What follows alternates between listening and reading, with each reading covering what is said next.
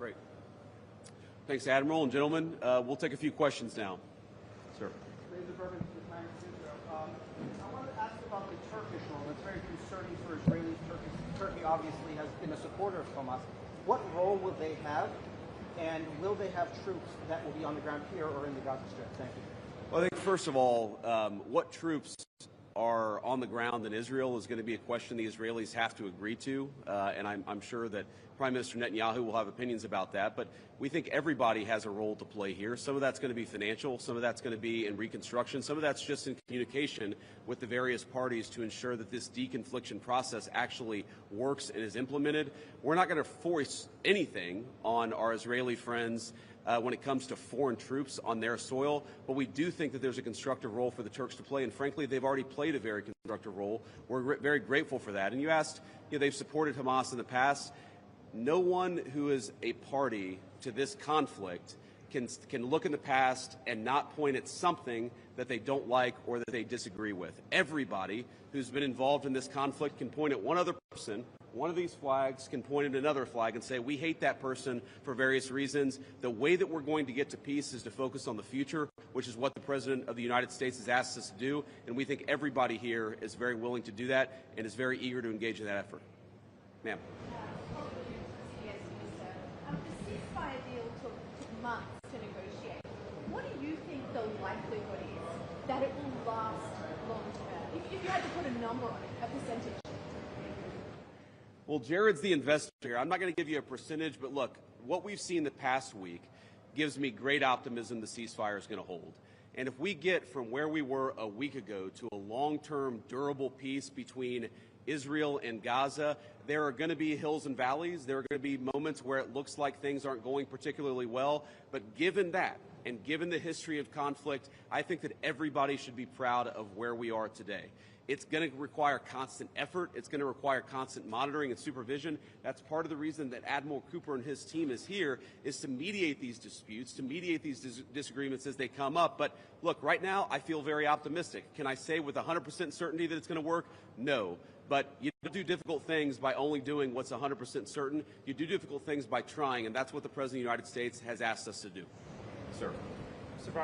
President, Suleiman Masoud from Cannes. First of all, thank you for brokering the ceasefire deal. Two questions for you. Hamas was supposed to bring back all the hostages within 72 hours. There are still deceased hostages that are still in Gaza. Will you put a deadline for Hamas to bring back all these hostages? And second thing, President Trump tweeted about this today, Hamas killing their own people in Gaza, Palestinians who worked for Israel. What is your warning to Hamas about that? Yeah, so Steve, I'm going to ask you to follow up here, but let me say just a couple of words about the deceased hostages. I mean, one of the stations that I met with, one of the groups that's working on this that I met with earlier, they actually have a photo of the 15 deceased hostages who are still in Gaza. It is a focus of everybody here to get those bodies back home to their families so that they can have a proper burial. Now, that said, this is difficult. This is not going to happen overnight. Some of these hostages are buried under thousands of pounds of rubble. Some of the hostages, nobody even knows where they are. That doesn't mean we shouldn't work to get them, and that doesn't mean we don't have confidence that we will. It's just a reason to counsel in favor of a little bit of patience. This is going to take a little bit of time. And look, our warning to Hamas is very straightforward. The terms of the 20-point plan that the President put out there is very clear. It's supported not just by Israel, but by all of our Gulf Arab friends. It's that Hamas has to disarm. It's that Hamas has to actually behave itself. And that Hamas, while all the fighters can be given some sort of clemency, they're not going to be able to kill each other, and they're not going to be able to kill their fellow Palestinians.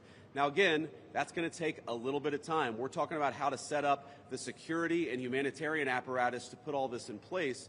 But right now, where I stand, I feel confident that we're going to be in a place where this peace lasts, where it's durable. And if Hamas doesn't cooperate, then as the President of the United States has said, Hamas is going to be obliterated. Steve, do you want to add anything about the hostages? I think you said it, sir. Okay, great. Ma'am. For USA Today. Just to follow up on what you were just saying, how much time does Hamas have to lay down its arms before the United States either takes dramatic action or authorizes its allies to do so? Well, look, the President actually put out a truth this morning that I thought was very instructive. We know that Hamas has to comply with the deal, and if Hamas doesn't comply with the deal, very bad things are going to happen. But I'm not going to do what the President of the United States has thus far refused to do, which is put an explicit deadline on it, because a lot of this stuff is difficult. A lot of this stuff is unpredictable.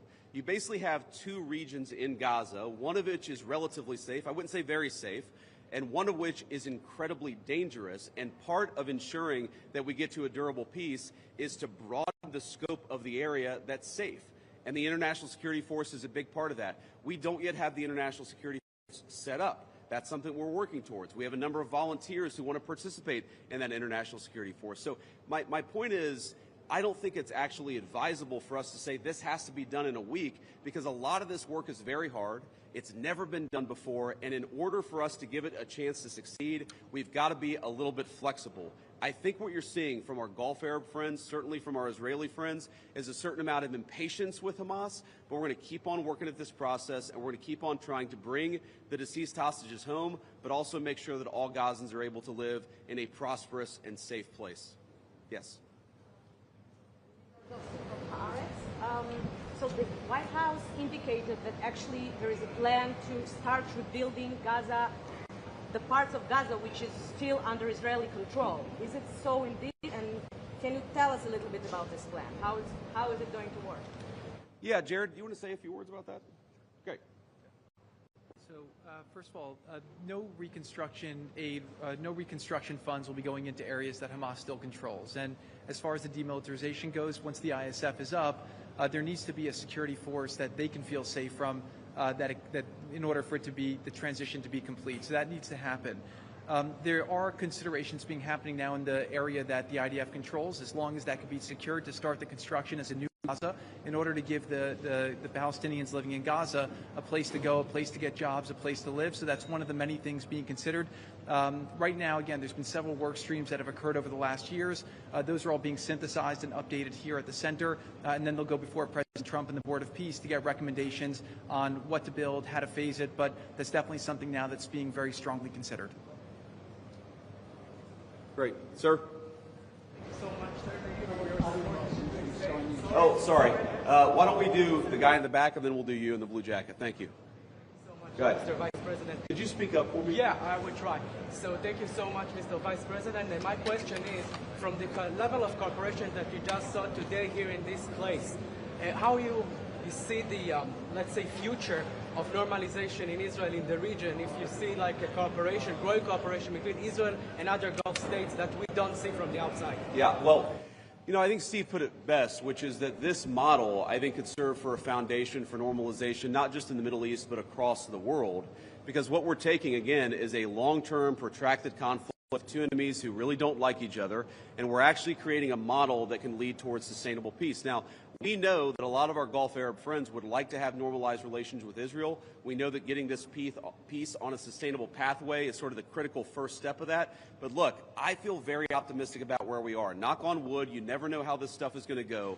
But given what I've seen, given the incredible talent and effort that's going in to the reconstruction of Gaza, to the long-term security of the Gazans in that territory, I feel very good about where we are. And again, if we get this right, I really do think it's going to be a domino that leads to a lot of further peace all across the region. Sir. Vice President Vance, firstly, a quick one is, did you come here because you thought Israel massively overreacted to the killing of its two soldiers? And secondly, following the reaction to this plan, do you now believe it is feasible to have a governance structure for Gaza that does not include strong Palestinian voices? Well, so on the first question, no. My visit had nothing to do with events of the past 48 hours. We had actually tried to plan this visit, frankly, months ago, and now we thought this would be a good time to do it. It ended up working out. As you know, sometimes calendars are difficult, especially when you're the Vice President of the United States. But I wanted to come. I wanted to check in on things. I wanted to, talk to the troops who are working very hard to coordinate this massive relief effort. And I wanted to just see how things were going and put some eyes on it so I could call the President of the United States and actually, it's one thing to read about it. It's one thing to talk with Jared and Steve on the phone about what's going on the ground. It's another thing to actually shake somebody's hand, to look them in the eye and to understand what are the challenges, what are the things they need from me. I mean, I heard from relatively junior troops very simple things that would make their lives easier that I'm going to take back to Washington and hopefully help them with.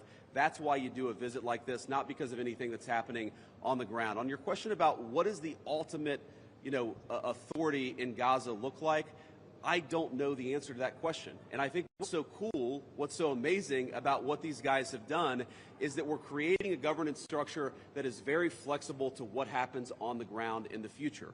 We need to reconstitute Gaza. We need to reconstruct Gaza. We need to make sure that both the Palestinians living in Gaza, but also the Israelis are able to live in some measure of security and stability. We're doing all those things simultaneously. And then I think once we've got to a point where both the Gazans and our Israeli friends can have some measure of security, then we'll worry about what the long-term governance of Gaza is. Let's focus on security, rebuilding, giving people some food and medicine. If we get to the point where we're arguing exactly what the governance structure in Gaza is long-term, then we should pat ourselves on the back. That's a very good problem to have, but I won't anticipate that problem before we actually have it. I'll take a couple more and then we'll get moving. Ma'am. You should speak up. Renata Brito with the Associated Press. Thank you. Could you give a bit more details about the International Security Force? Which countries are going to be part of this? Are these troops in Gaza? And also about the disarmament plan or decommission plan. Are there incentives for Hamas to do that in a timely fashion? Any details? The incentives are that unless Hamas disarms in accordance with the agreement, very bad things are going to happen, right? And also the incentive is that if they disarm, there is a better future for everybody on the other side of it. But in terms of the International Security Force, Steve and Jared, Admiral Cooper, are working on that very issue right now. Remember, this peace deal was struck under the president's leadership literally a week ago. The hostages were returned, 6 days ago, 5 days ago? So we're in the phase now where we're actually starting to conceptualize what that international security force would look like. I think it's important for Americans to know a couple of things. Number one, there are not going to be American boots on the ground in Gaza. The President of the United States has made that very clear. All of our military leadership has made that very clear. What we can do is provide some useful coordination. How do you take, the Gulf Arab states, plus Israel, plus plus the Turks, plus the Indonesians, how do you actually get those folks to work together in a way that actually produces long-term peace? The only real mediators are the United States of America. And so that's the role that we're going to play. I think the American people should be proud of it, but they should know that there are going to be no American boots on the ground in Gaza. Sir, in the back. I'd like to ask about a different threat. We see Iran rearming again, trying to build again their nuclear weapon. Could we expect in Israel to see the U.S. Army attacking again in Iran? Could you ask the very last part? Could we expect the U.S. Army to attack again in Iran like you did in the last time in Fordow? Well, I'm not going to make any announcements here today. The President of the United States has been very clear about our policy with regards to Iran. It's that he actually wants Iran to be prosperous. He wants to have good relations with the Iranians, but they cannot have a nuclear weapon. And so we're going to keep on using and exhausting every diplomatic means possible to try to ensure that Iran does not have a nuclear weapon. That's our focus, and that will remain our focus for the indefinite future. Let me just leave us with one final thought here. So I've been to Israel once in my entire life. I came for about 36 hours, and as a Christian, I think the world's Christians will know that this country, that this region of the world means a great deal to me. And at some point today, I hope to go, or at some point in the next couple of days, I should say, I hope to go to the Church of the Holy Sepulchre, which Christians believe is the site that Jesus Christ was crucified in. And I know that Christians have many titles for Jesus Christ, and one of them is the Prince of Peace. And I'd ask all people of faith, in particular my fellow Christians, to pray that the Prince of Peace can continue to work a miracle in this region of the world. I think that we have made incredible strides over the past week. We're going to have to make a lot more, but I think with your prayers, with God's providence, and with a very good team behind me, I think we're going to get it done. Thank you all. Take care.